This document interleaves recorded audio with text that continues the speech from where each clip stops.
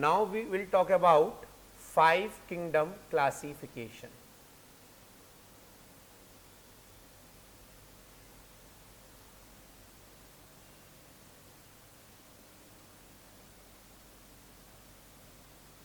This classification was given by R.H. Whitaker.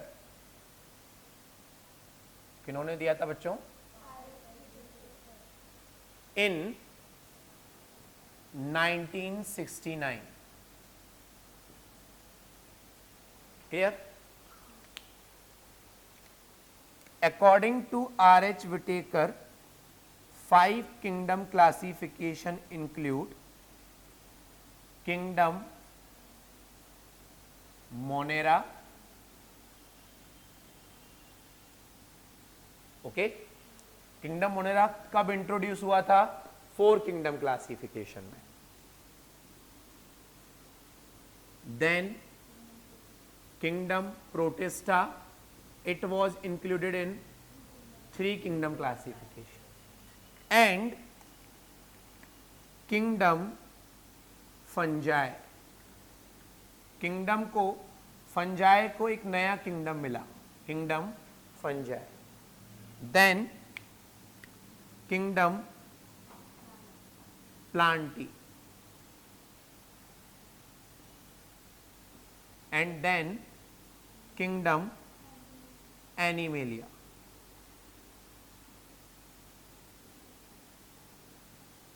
Clear this thing? These were 5 kingdoms which were designed by R.H. Whitaker in 5 kingdom classification. अब इससे भी ज्यादा important क्या है कि what was the basis of 5 kingdom classification. 5 kingdom classification का base क्या था? The first, cell structure. The first basic reason was cell structure. The second is body organization or thallus organization.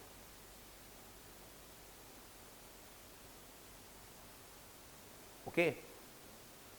Cell structure means either prokaryote or eukaryote. Body organization means either unicellular or third one was nutrition, mode of nutrition. The fourth one was mode of reproduction, and the fifth one, which is very important, that is phylogeny or phylogenetic relationship. बच्चों phylogenetic relationship का मतलब होता है ancestral characters. कौन से characters?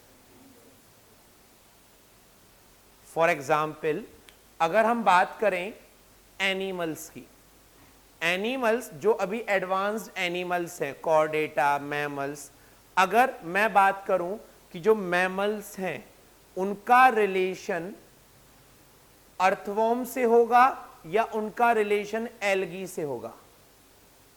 Algae मतलब plants. तो human का रिलेशन अर्थवॉर्म से ज्यादा होगा कि एल्गी से? अर्थवॉर्म. क्यों? क्योंकि अर्थवॉर्म एक एनिमल है, एल्गी एक प्लांट है. एल्गी में क्लोरोप्लास्ट होगा, एनिमल में नहीं होगा. अर्थवॉर्म की बॉडी में जो भी स्ट्रक्चर्स होंगे वो कहीं ना कहीं आगे चलकर एडवांस होकर एनिमल्स स्ट्रक्चर में कन्वर्ट होंगे. जैसे अर्थवॉर्म कंटेन हीमोग्लोबिन, एनिमल्स में भी ह्यूमन में भी क्या होता है? Haemoglobin. Earthworm contain WBC, earthworm contain brain, earthworm contain teeth like structures. तो अर्थवॉर्म के अंदर वो सारे स्ट्रक्चर्स हैं जो हम लोगों में हैं. That means they are our ancestors. समझ में आई मेरी बात? That is called phylogenetic relationship means जितने भी एडवांस्ड एनिमल्स हैं वो प्रिमिटिव एनिमल से डराइव हुए हैं, जितने भी एडवांस्ड प्लांट्स हैं वो प्रिमिटिव प्लांट्स से डराइव हुए हैं। क्लियर? बैक्टीरिया ग्रो करेगा तो वो किससे बनेगा? बैक्टीरिया से। वायरस बनेगा तो किससे बनेगा? Virus. Clear this point? So this was about the 5 kingdom classification, basis of 5 kingdom classification. Just draw it, then हम आगे मूव करते हैं इसके बारे में। इन फीचर्स के बेस पर अब हम जो ये 5 किंगडम है इनको क्लासिफाई करते हैं। देखो, first this is kingdom Monera, kingdom Monera. Then kingdom Protista, okay, then kingdom fungi,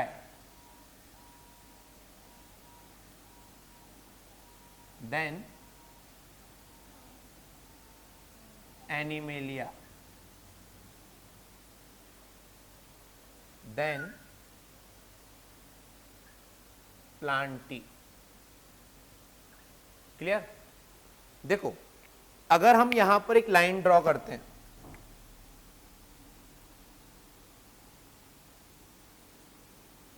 this line represent cell structure.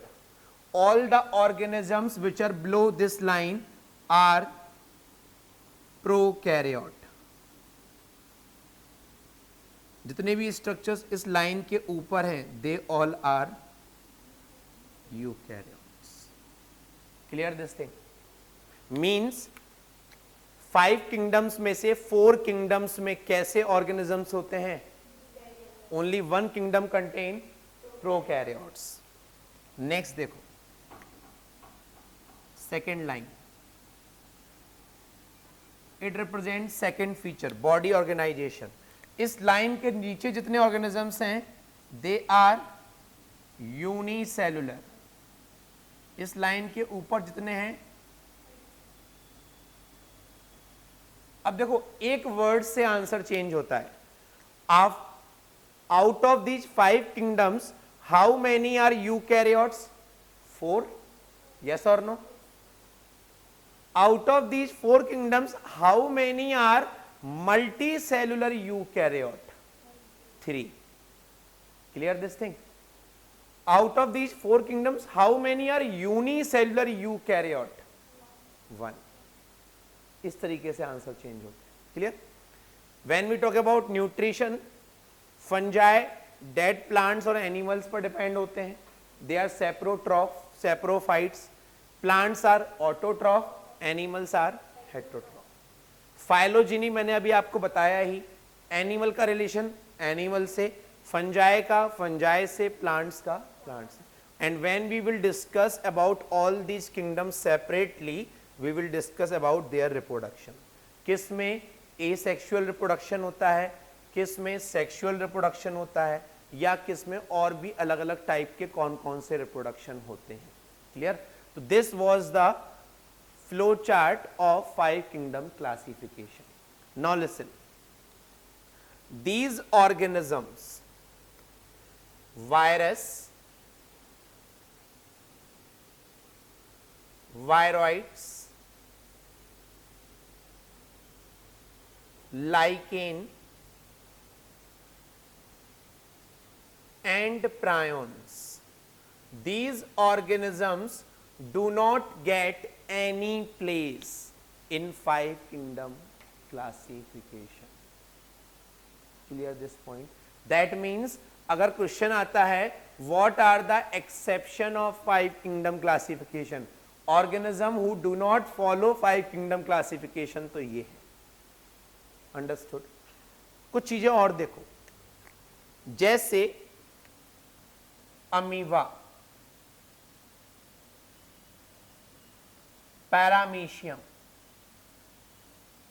these are animals like organism। In organisms को पहले किंगडम एनिमेलिया में रख दिया गया था। फिर बाद में इनको शिफ्ट किया किंगडम प्रोटिस्टा में, because they are unicellular, they are eukaryote. तो यहां कौन से हैं? Multicellular. अमीबा एक सिंगल सेल होता है, पैरामीशियम भी एक सिंगल सेल होता है। तो they were again put into kingdom protista. Clear?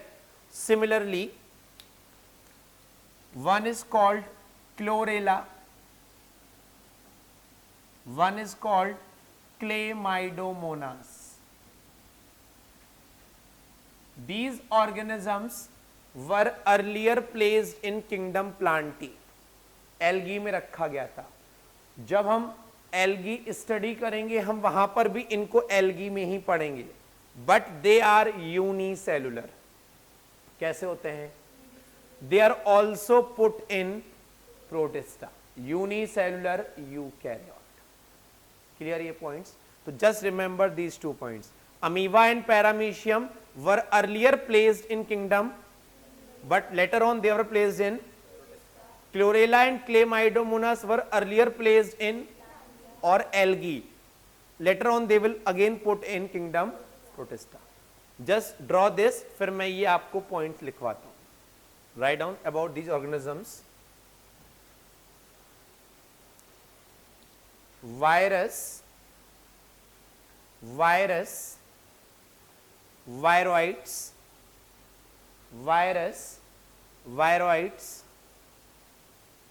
lichen, viroids, lichen, and prions do not get any place in 5 kingdom classification. Do not get any place in 5 kingdom classification. Now listen, virus के बारे में हमको पता है क्या? Virus एक ऐसा organism है जिसमें प्रोटीन की एक कवरिंग पाई जाती है और प्रोटीन के अंदर न्यूक्लिक एसिड के फॉर्म में या तो डीएनए होता है या आरएनए होता है. Virus is the only organism which do not contain both. Either it only contain RNA or DNA. Just remember this thing. This is virus. अब वायरॉइड्स सिंगल आरएनए के ऐसे स्ट्रक्चर्स होते हैं जो इन्फेक्शन प्रोड्यूस करते हैं. मतलब प्रोटीन की कवरिंग हटा दो, सिर्फ आरएनए रहेगा. तो मैं ये नहीं बोल रहा हूं कि वायरस में से प्रोटीन की कवरिंग हटा दो तो जो आरएनए बचा उसको वायरॉइड कहते हैं. वायरॉइड आरएनए कंटेनिंग सब्सटेंसेस होते हैं, केमिकल्स ऑर्गेनिजम्स होते हैं जिनमें प्रोटीन की कवरिंग नहीं होती. ये भी क्या करते हैं? इन्फेक्शन. ऐसे ही जो प्रायोन्स होते हैं, प्रायोन्स सिर्फ प्रोटीन की कवरिंग होती है. तो अगर हमें सिंपली याद रखना है तो हमें याद रखना है वायरस, वायरस में प्रोटीन, प्रोटीन के अंदर न्यूक्लिक एसिड आरएनए मान लो. अगर हम प्रोटीन हटा दे तो क्या बचा? आरएनए, जिसको हम वायरॉइड कह सकते हैं. अगर हम आरएनए हटा दे तो क्या बचा? प्रोटीन, जिसको हम प्रायोन्स कह सकते हैं. But these organism are different. They only contain either nucleic acid और protein and they are also disease causing organisms. Lichen क्या होता है? जब एल्गी और फंजाई, कुछ स्पेशल एल्गी और फंजाई एक साथ रहते हैं, एक दूसरे को बेनिफिट प्रोवाइड करते हैं, that relationship is known as lichen. तो ये सारे ऑर्गेनिजम्स 5 किंगडम क्लासिफिकेशन फॉलो नहीं करते. Clear this point? कॉपी के टॉप पर लिखो. Earlier amoeba and paramecium, earlier amoeba and paramecium were placed in, earlier amoeba and paramecium were placed in kingdom Animalia, were placed in kingdom Animalia, but later on they were placed in kingdom Protista. But later on they were placed in kingdom Protista.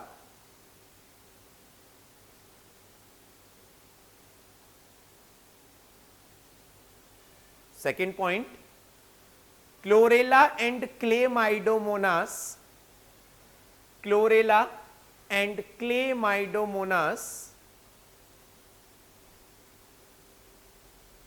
were earlier placed in Chlorella and Chlamydomonas were earlier placed in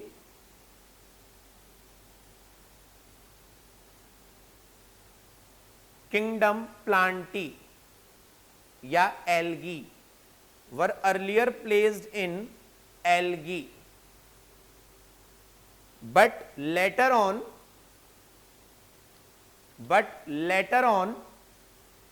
they were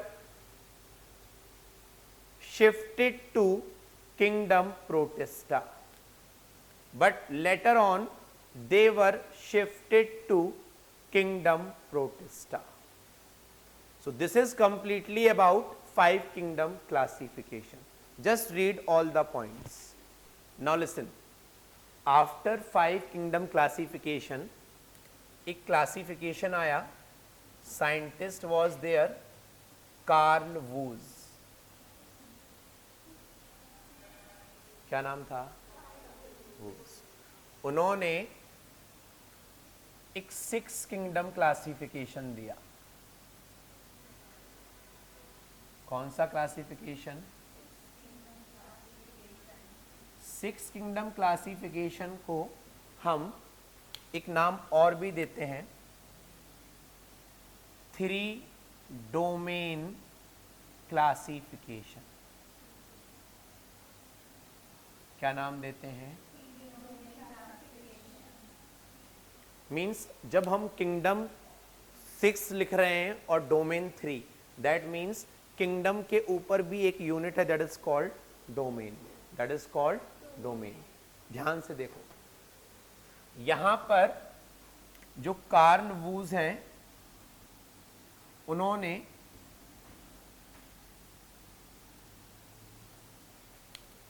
एक RNA search किया, 16S RRNA.